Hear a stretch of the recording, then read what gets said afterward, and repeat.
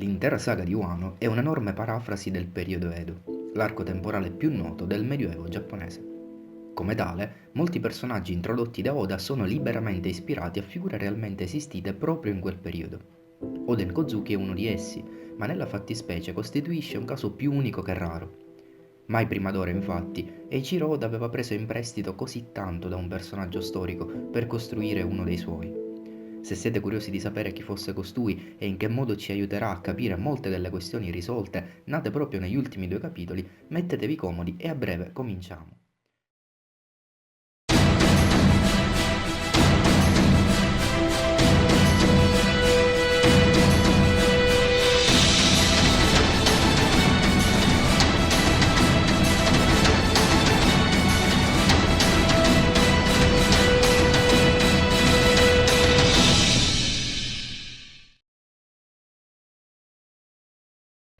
Oden Kozuki è la trasposizione fedele dell'uomo che gettò le basi militari e politiche per la nascita del periodo Edo e l'ascesa dello shogunato Tokugawa, ovvero Oda Nobunaga.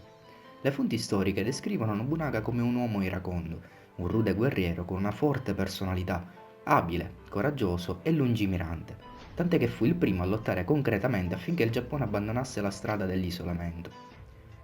Nobunaga viene ricordato, fra le altre cose, per essere riuscito ad unificare sotto il suo controllo la parte centrale del Giappone, la più selvaggia e indisciplinata, essendo stata devastata da anni di guerre intestine. Nobunaga, esattamente come Oden, fece erigere il proprio castello sulla cima di una collina. Si narra che fosse di una bellezza disarmante, al punto da essere definito il castello dei sogni. Questi venne distrutto da un incendio proprio nel giorno della sua morte. Oggi, lungo la strada che porta dal cancello alle rovine del castello, è possibile imbattersi nella lapide di Nobunaga. Tuttavia, dato che il corpo non è mai stato trovato, la tomba è vuota, come lo sono molte di quelle dei seguaci di Oden. Prima di diventare l'uomo più potente del suo tempo, al punto da spingere l'allora shogun Ashikaga Yoshiaki a prendere sacri voti e andare via dalla capitale, Nobunaga era conosciuto come il più grande idiota del feudo Owari. Si guadagnò da giovane questa pessima nomea per due motivi: la mancanza di rispetto per la tradizione e l'antipatia per suo padre, che lo spinse ad agire in modo oltraggioso persino al suo funerale, al punto che un fedele amico di famiglia, Hirate Masaide, per la vergogna commise seppuku. Negli anni immediatamente successivi, tuttavia, questa nomea giocò a suo vantaggio, dal momento che spinse i suoi avversari a sottovalutarlo. E così, una volta al comando del feudo e del clan, Oda Nobunaga, contrariamente alla sua fama, diede prova di essere un abile stratega e un ottimo leader, al punto da guadagnarsi la fedeltà di gente del calibro di Toyotomi Hideyoshi e Tokugawa Ieyasu, che ben presto divennero i suoi più stimati generali. Fra questi, le fonti storiche riportano anche Mitsuhide Akeki, colui che lo tradì e pose fine alla sua vita. Akeki era un grande guerriero. L'opera di unificazione e pacificazione della parte centrale del Giappone fu resa possibile proprio grazie alle sue gesta. Eppure, per motivi non del tutto accertati, voltò le spalle a Nobunaga e lo uccise bruciandolo insieme alla sua dimora. Le fonti riportano anche degli indizi molto interessanti. Il primo è che Akeki era conosciuto con il soprannome di Jubei, il cui anagramma è Jibue, e sappiamo che fra i fedelissimi di Oden milita un certo Jibuemon. Il secondo è che il clan Akeki discende dal clan Toki, il che potrebbe anche far pensare che in tutta questa storia c'entri la moglie di Oden. Ma Toki, fino a prova contraria, è morta.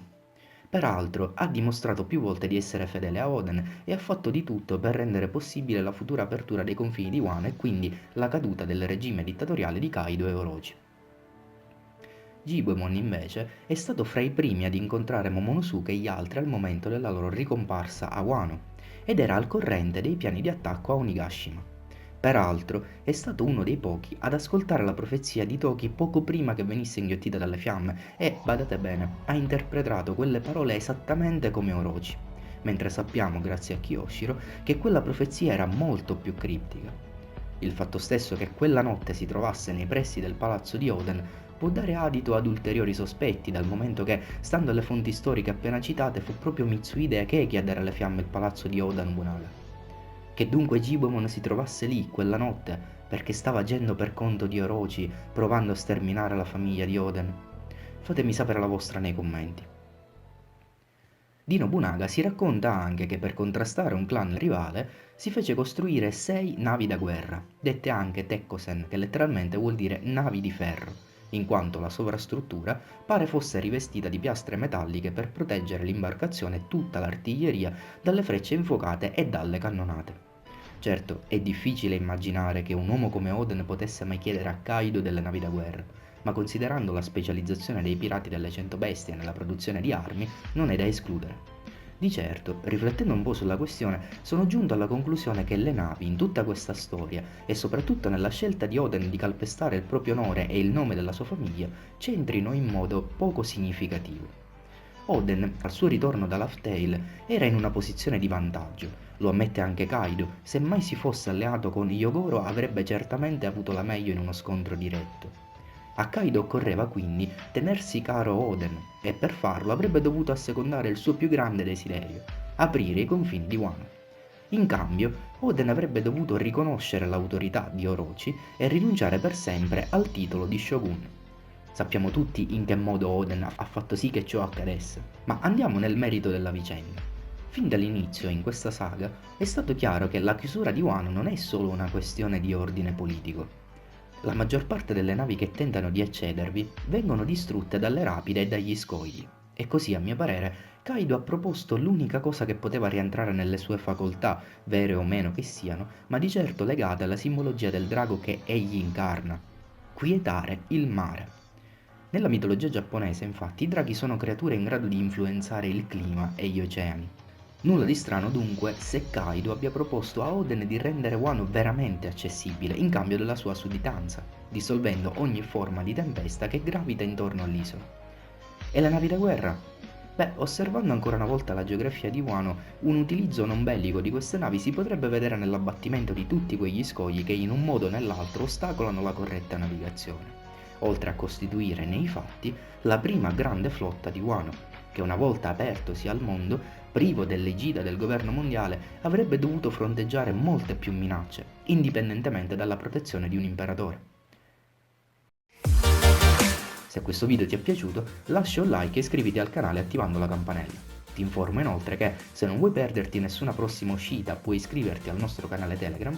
Se invece vuoi aiutarci a crescere ed avere una strumentazione migliore, puoi fare anche una donazione al canale seguendo il link che trovi in descrizione. Alla prossima!